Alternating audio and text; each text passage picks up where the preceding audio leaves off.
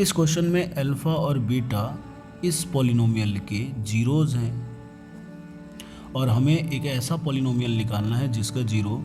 1 plus beta upon alpha और दूसरा zero 1 plus alpha upon beta है। तो सबसे पहले इस पॉलिनोमियल का हम जीरोज़ निकाल लेते हैं जो कि अल्फ़ा और बीटा है।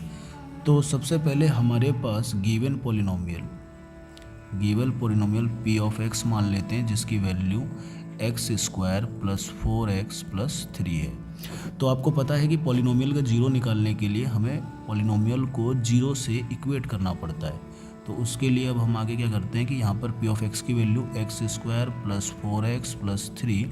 Equal to zero. अब यहाँ पर इसे सॉल्व करने के लिए हम middle term splitting method use करेंगे जिसमें कि हम एक्स स्क्वायर को एज इट इज़ लिखते हैं और 4x के बदले हम 3x प्लस एक्स और ये इस 3 के बदले एज इट इज़ प्लस 3 यहाँ उतार देते हैं।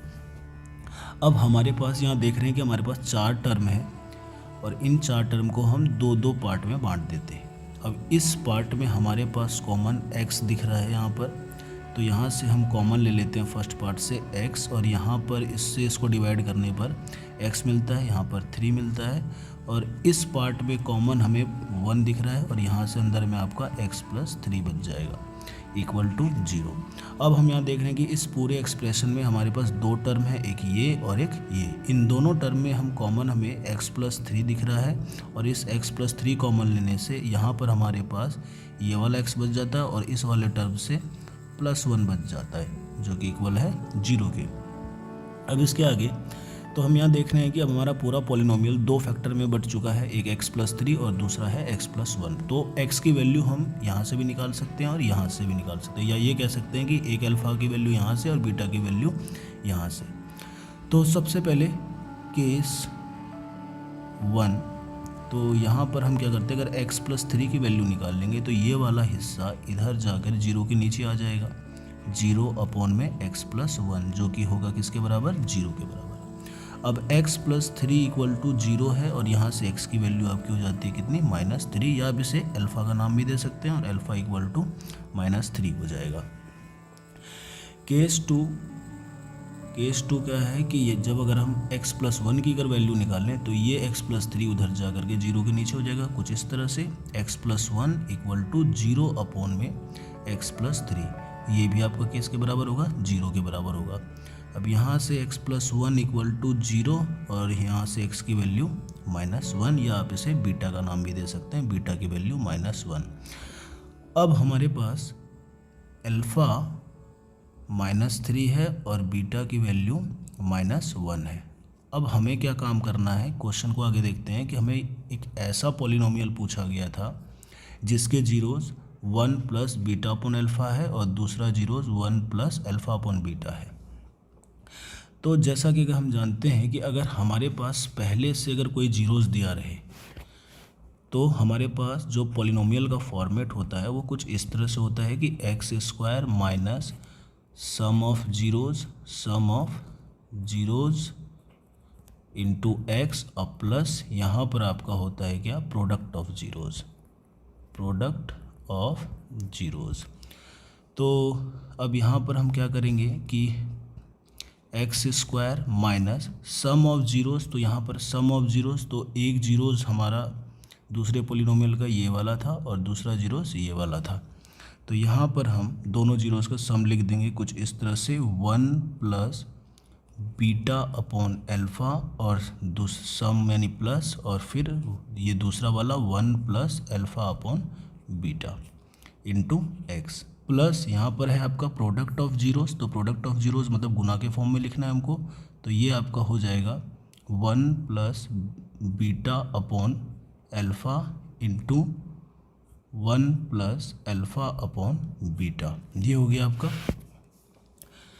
इक्वल टू 0, क्योंकि ये जीरोज़ के फॉर्म में है। तो इसके आगे हमें क्या करना है कि एक्स स्क्वायर माइनस और ये 1 और ये 1 मिलके 2 हो जाएगा और यहाँ पर एक हिस्सा ये वाला बचा और एक हिस्सा ये बचा। तो अगर इस हिस्से के बदले अगर मुझे लिखना है, तो 2 प्लस बीटा की वैल्यू हम यहाँ से उठा के रख देंगे जो कि -1 के इक्वल है। तो बीटा की वैल्यू -1 और अल्फ़ा की वैल्यू आपको पता है -3, ये हमने रख दिया, फिर ये 1 और ये 1 तो पहले यूज हो चुका था,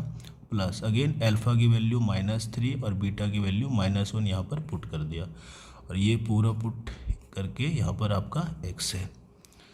प्लस यहाँ पर अगेन हम वैल्यू पुट करेंगे 1 प्लस बीटा की वैल्यू हम -1 डालेंगे, अल्फ़ा की वैल्यू -3 यहाँ पर हो गया, और इनटू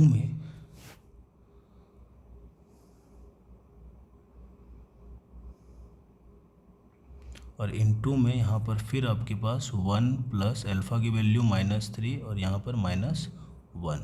ये हो गया। अब आगे इसको सिंप्लीफाई करते हैं, यहाँ से आपका हो जाएगा कितना x² माइनस, यहाँ सॉल्व करें ये 2 इसके बदले, और प्लस माइनस माइनस कैंसिल, ये आ गया आपका 1/3 प्लस यहाँ पर भी माइनस माइनस कैंसिल हो गया, यहाँ पर आ गया आपका 3 और यहाँ से हो गया कितना x, फिर प्लस इसको यहाँ के सिंप्लीफाई किया तो ये और ये कट गया, यहाँ से बचा आपका कितना 1 प्लस 1/3 और इनटू में यहाँ से ये माइनस और ये माइनस भी कटा, और यहाँ से बचा आपका 1 प्लस 3/1। अब इसके बाद यहाँ से क्या होता है, ये सब इक्वल टू 0 था, सब इक्वल टू 0 है। अब ये x² माइनस, इसको सॉल्व कीजिए तो यहाँ पर एलसीएम होता है कितना 3, ये आ जाएगा यहाँ पर आपका 6 प्लस 1 और प्लस 9 इंटू एक्स, प्लस यहाँ पर वैल्यू कितनी हो जाएगी आपको, ये आपका हो जाएगा एलसीएम 3 प्लस 1 और यहाँ पर तो ये कितना हो जाएगा 4 हो जाएगा इक्वल टू 0। अब इसके बाद x² माइनस यहाँ पर आपको जुड़ के हो जाएगा कितना 16/3 और ये x यहाँ लग जाएगा, प्लस यहाँ पर हो जाएगा कितना 3 and 1 4 and 4 4 जा 16/3 इक्वल टू 0।